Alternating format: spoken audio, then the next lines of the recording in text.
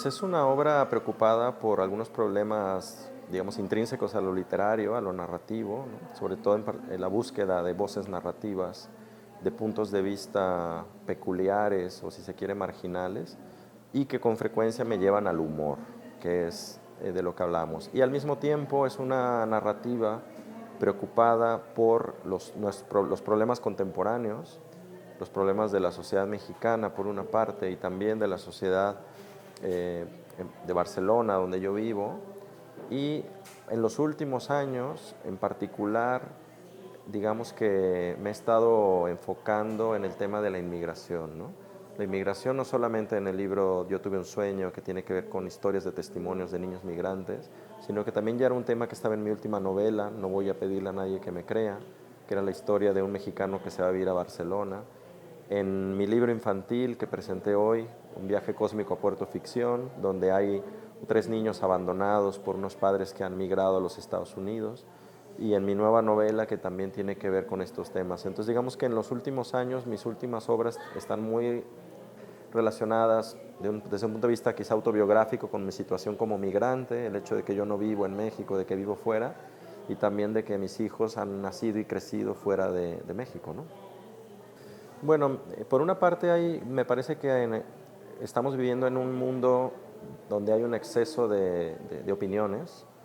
Eh, por una parte tiene un efecto positivo que tiene que ver con una democratización del espacio, digamos, de la difusión de esas opiniones, es decir, las redes sociales y, y las nuevas tecnologías han posibilitado que personas que antes no teníamos acceso a los medios de comunicación masivos, de pronto tengamos un altavoz para oír nuestras opiniones. Eso es un efecto positivo. Creo que hay evidentemente una horizontalización de los procesos de comunicación y una mayor apertura para que cualquiera pueda hacer conocer sus opiniones. Eso está muy bien.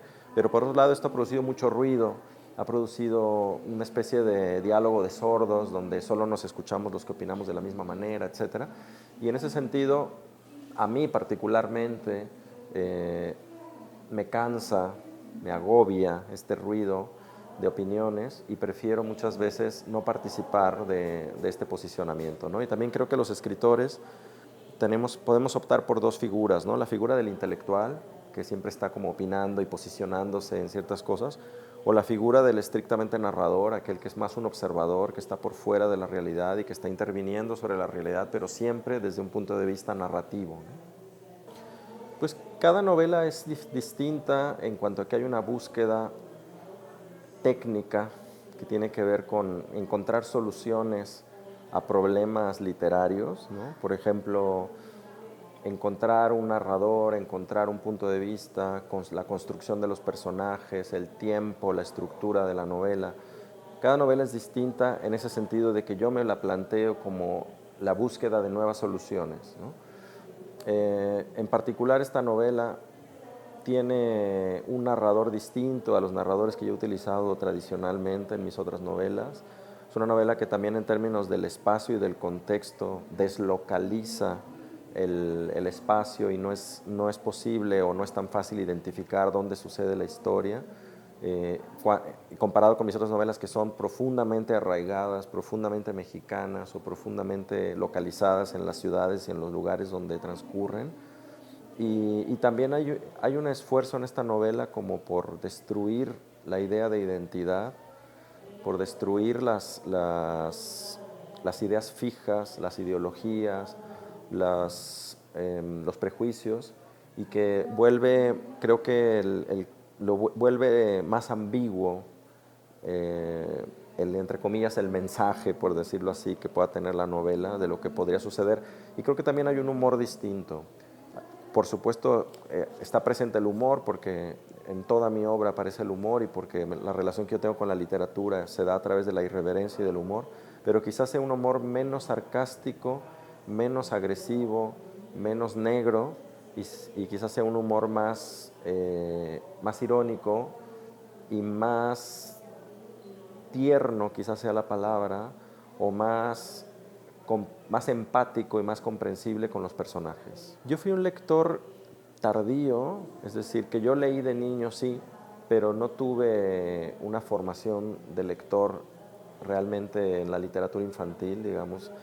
Empecé a leer en la adolescencia y me volví realmente un lector hacia los 14, 15 años, pero fue muy intensa la relación que tuve con la literatura en esa época, es decir, ahí empecé y no paré. Y digamos que las primeras lecturas que me marcaron realmente fueron en la adolescencia, ¿no?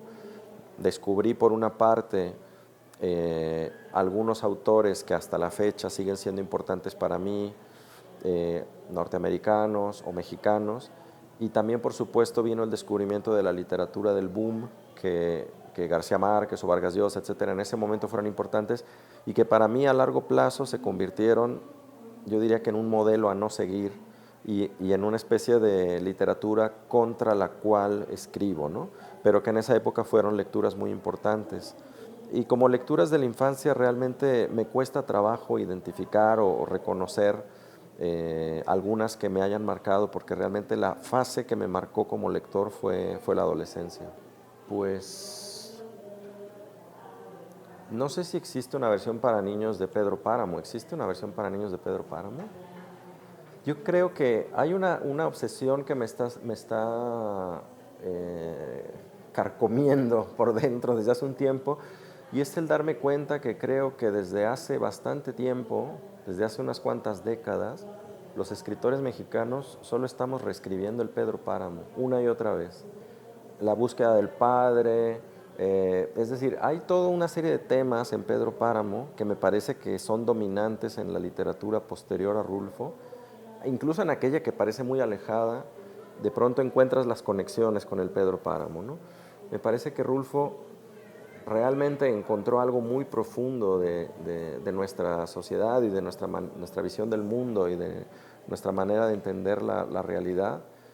Y creo que sin caer en una versión folclórica, sin caer en una versión fantasmagórica, una versión fantástica, ingenua del Pedro Páramo, sería muy interesante hacer una adaptación para niños del Pedro Páramo que no huyera también de lo terrible que resulta la novela en cuanto a esas preguntas existenciales que se plantea respecto de la vida, la muerte, la trascendencia, el más allá, etcétera.